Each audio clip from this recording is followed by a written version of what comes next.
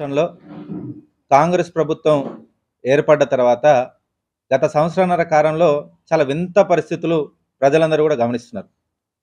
ఒకవైపు వీళ్ళు 6 గ్యారెంటీలు సంవత్సరంలోనే అమలు చేస్తా అని చెప్పి దాన్ని అమలు చేయలేకపోగా మొన్నటికి మొన్న ఒక మీటింగు కేంద్రంగా ఈ రాష్ట్ర ముఖ్యమంత్రి నన్ను కోసినా పైసలు రావు, ఎక్కడ పైసలు లేవు, ఎవడు అప్పు ముట్టట్లేదని చెప్పేసి ఆయన మాట్లాడడాన్ని నిజంగా ఈరోజు గ్రామాలలో ప్రజలందరూ కూడా చీదరించుకుంటున్న విషయాన్ని కాంగ్రెస్ నాయకులందరూ కూడా గమనిస్తున్నారు, ఇబ్బంది పడుతున్నారు. మా ముఖ్యమంత్రి ఇట్లా మాట్లాడకుండా ఉండాల్సిందని వాళ్ళు కూడా ఏం చేయాలో పాలుపోక ఇబ్బందులు పడుతున్నారు. ఒకవైపు ప్రజలేమో చాలా భయానికి లోనవుతారు. ఒకవైపు వీళ్ళు సంక్షేమ పథకాలు అమలు చేస్తూనే ఒకవైపు పైసలు లేవంటున్నారు. మరి నిండా మేము మొదలు పెట్టిన తర్వాత ఒకవైపు గృహాలకు సంబంధించి వాళ్ళు ప్రవేశపెట్టేటువంటి ఈ ఇందిరమ్మ ఇళ్ల పథకం కావచ్చు, ఇవన్నీ ఏ విధంగా మొదలు పెట్టాలి, అప్పులు తీసుకొచ్చి చేసిన తర్వాత అసలు వీళ్ళు తిరిగి మాకు పైసలు ఇస్తారా లేదా అన్న అయోమయంలో ఈరోజు పెద్ద ఎత్తున ఈ తెలంగాణ ప్రజలు ఉన్న సంగతి కాంగ్రెస్ నాయకులకు తెలియజేస్తూనే ఇవన్నీ ఒకవైపు జరుగుతుంటే ఏం తెలియనట్టు, మాకు అసలు సంబంధమే లేనట్టు నిజంగా ఒకవైపు ఊసరి వెళ్ళి కూడా సిగ్గుపడుతుంది రేవంత్ రెడ్డిని చూసి. ఆయన అనే మాటలకు, ఆయన చేసే చాస్యలకు ఏమాత్రం పొంతం లేదు. పైసలు లేవంటాడు. ఈ మిస్ వరల్డ్ పోటీల పేరుతోటి దాదాపు 200 కోట్లతోటి ఇక్కడ తెలంగాణలో అసలు గతంలో బీఆర్ఎస్ ప్రభుత్వం ఏం చేయలేదనుకుంటేనే ఇక్కడ బీఆర్ఎస్ ప్రభుత్వం హయాంలో కట్టించినటువంటి కేసీఆర్ గారి హయాంలో కట్టించినటువంటి బుద్ధవనానికి ఇక్కడ ఆ కాంపిటీషన్ సంబంధించిన సుందరిమణులు అందరినీ తీసుకొచ్చిండు. ఇక్కడ కేసీఆర్ గారు కట్టినటువంటి అందాలన్నిటి కూడా చూపిస్తుంటే అక్కడ ఉన్న వాళ్ళు కూడా ఎవరు కట్టిరంటే ఇది కేసీఆర్ కట్టిరని చెప్పినారంట. ఇక్కడి నుంచే యాదాద్రి తీసుకుపోయినారు.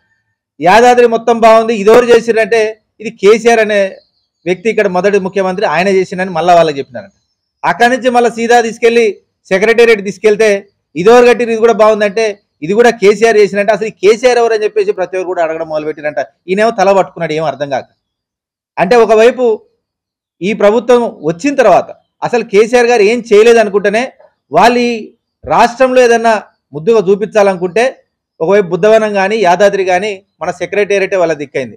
కొంచెం అదే రేవంత్ రెడ్డి గారికి కొద్దిగా సిగ్గు లజ్జ అని ఉంటే ఈ తెలంగాణ సాధించడం కోసం కేసీఆర్ గారు భారతదేశ వ్యాప్తంగా ఎక్కడ లేని విధంగా ఒక మంచి అమరవీర స్తూపం కూడా కట్టినారు. దాన్ని కూడా తీసుకుపోవాల్సి ఉండే.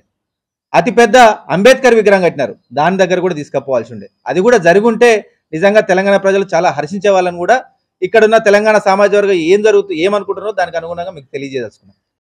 ఒకవైపు రైతు బంధు పడలేదు, రుణమాఫీ కాలేదు, మాకు ఇల్లులు ఇస్తానని ఏదైతే మీరు కొబ్బరికాయ కొట్టి బునాది తీసిపోయినారో దానికి ₹1,00,000 మాకు చెక్ ఇచ్చారు, కానీ ఇంతవరకు ₹1,00,000 మాకు అకౌంట్లో పడలేదని చెప్పేసి ఆ పైలట్ ప్రాజెక్టులో తీసుకున్నటువంటి గ్రామాలలో కూడా ఎవరెవరికైతే మీరు ఇల్లులు సెలెక్ట్ చేసిరో వాళ్ళు కూడా ఆ డబ్బులు బ్యాంకులు ఇంకా పడలేదని చెప్పి పెద్ద ఎత్తున ఇబ్బంది పడుతుంటే వీళ్ళు ఎవ్వరిని పట్టించుకున్న పాపాన పోలేదు. ఒకవైపు ఐకేపీ కేంద్రాలల్లో ఈసారి అనుకోకుండా పెద్ద ఎత్తున అతివృష్టిలాగా ఎడాతెరిపి లేకుండా ఈ వానలు ఎప్పుడు పడితే అప్పుడు రావడం వల్ల పెద్ద ఎత్తున రైతులు ఇబ్బంది పడుతున్నారంటే ఇక్కడ వాళ్ళకు లారీలు అందుతున్నాయా లేదా, ఐకేపీ కేంద్రాలలో బస్తాలు ఉన్నాయా లేవా, ఇవేవి పట్టించుకోడంట. ఒకవైపు ఖరీఫ్ సీజన్ మొదలవబోతుంది. ఇప్పటికైనా ఎరువులు వచ్చినాయా, దానికి సంబంధించినటువంటి పత్తి విత్తనాలు వచ్చినాయా, సరిపడా ఉన్నాయా లేవా, దీనిని కూడా ఇంతవరకు రివ్యూ చేపట్టలేదు. వీళ్ళందరికీ కూడా కేవలం ఆ సుందరీమణులు ఎక్కడ పోతే వీళ్ళు అక్కడ పోవాలి. ఈరోజు వాళ్ళు ఏమైనా అడిగినరా, మీ ముఖ్యమంత్రి లేడు, మా పక్కన లేడేందని వాళ్ళు ఏమైనా అలిగిర్రా? ఒకవైపు రైతులు ఇబ్బంది పడుతున్నారు. ఐకేపీ కేంద్రాలలో నిత్య వసతులు లేవు, మాకు బస్తాలు లేవు, లారీలు రావట్లేవు, మా ధాన్యం వర్షంలో తడిచిపోతుంది, మా ముఖ్యమంత్రి లేడని ఒకవైపు అన్నం పెట్టే రైతు ఇబ్బంది పడుతుంటే ఈయన అన్నమైన అమ్మాయిలైనక ఆయన పడుకుంటా అవి చూడు ఇవి చూడని వాళ్ళకి చూపించుకుంటూ తిరుగుతున్నాడు. నిజంగా తెలంగాణ ప్రజలు అసలు జీవితంలో ఎన్నడూ కని విని ఎరగని మేము ఎప్పుడు చూడొద్దు అనుకున్నటువంటి ముఖ్యమంత్రి, ఈ దరిద్ర ముఖ్యమంత్రి ఇప్పుడే ఉన్నాడని చెప్పి పెద్ద ఎత్తున ఊర్లలో బాధపడుతుంటే మాకు కూడా బాధ అనిపిస్తుంది. రైతులు ఇబ్బంది పడుతున్నారు, అన్ని వర్గాల ప్రజలు ఏం కావట్లేదన్నా. అప్పులు తీసుకొచ్చిన ఆయన 2 లక్షలు తీసుకురామంటే ఇప్పటివరకు రుణమాఫీ వరకల్లా మొత్తం మా పిల్లం పుస్తకాలన్నీ తాకట్టు పెట్టి మరి కడుతున్నామని చెప్పి పెద్ద ఎత్తున ఇబ్బందులు పడుతున్నారు. ఈ ఇబ్బందులు ఏం పట్టించుకోకుండా ఒకవైపు అందాల పోటీలు అంటాడు, ఇంకోవైపు ఇక్కడికి వచ్చి నా చేతిలో పైసలు లేవు, నన్ను కోసిన పైసలు రావు, నేను జీతాలు ఇవ్వడానికి నా దగ్గర పైసలు లేవట్లా అంటాడు. ఒకవైపు స్థానికంగా మీరు ఎలక్షన్లు పెట్టకపోవడం వల్ల, ఒకవైపు సర్పంచులు లేకపోవడం, ఎంపీటీసీలు లేకపోవడం, ఎంపీపీలు లేకపోవడం వల్ల గ్రామాలల్లో ఎక్కడ పడేసిన చెత్త అక్కడనే ఉంటుంది. ఎక్కడ ఒకవైపు లైట్లు పోతూ ఉన్నాడు కానీ పరిస్థితి లేదు, పంచాయతీ సెక్రటరీలు అయితే అసలు మేమేమవుతున్నాం మాకు తెలియట్లేదు సార్, ఇప్పటికి దాదాపు 6 లక్షలు 7 లక్షలు అప్పులు చేసినాము, ఏం చేయాలో అర్థం కాలేని పరిస్థితి. ఒకవైపు గురుకులలో ఏదైతే ప్రైవేట్ స్కూళ్ళలో విద్యార్థులను వాళ్ళు చదివిస్తున్నటువంటి విద్యలకు గవర్నమెంట్ స్కూళ్ళ తరపు నుంచి గవర్నమెంట్ విద్యార్థులకు సంబంధించి వాళ్ళకి ఇవ్వాల్సిన రియంబర్స్మెంట్ ఏదైతే రావట్లేదో వాళ్ళ పిల్లల భవిష్యత్తు కూడా ప్రశ్నార్థకం అవుతుంది. వీటి అన్నిటి మీద రివ్యూ చేసి వీటి మీద మాట్లాడే బదులు, ఒకవైపు నీళ్లు బాగా ఇబ్బందులు అవుతున్నాయి, ఇవన్నిటి మీద రివ్యూ చేసే బదులు ఈయనేమో అందాల పోటీలను తిరుగుతాడు, ఇక్కడ స్థానిక ఎమ్మెల్యేనేమో అసలు నిమ్మకు నీరెత్తనట్టుగా.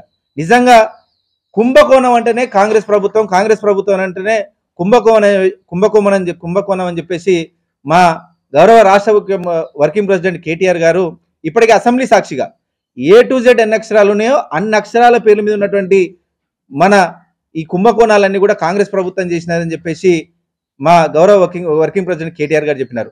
అది ఈరోజు మా నాగార్జునసాగర్ నియోజకవర్గంలో కళ్ళగట్టినట్టు కనపడుతుంది.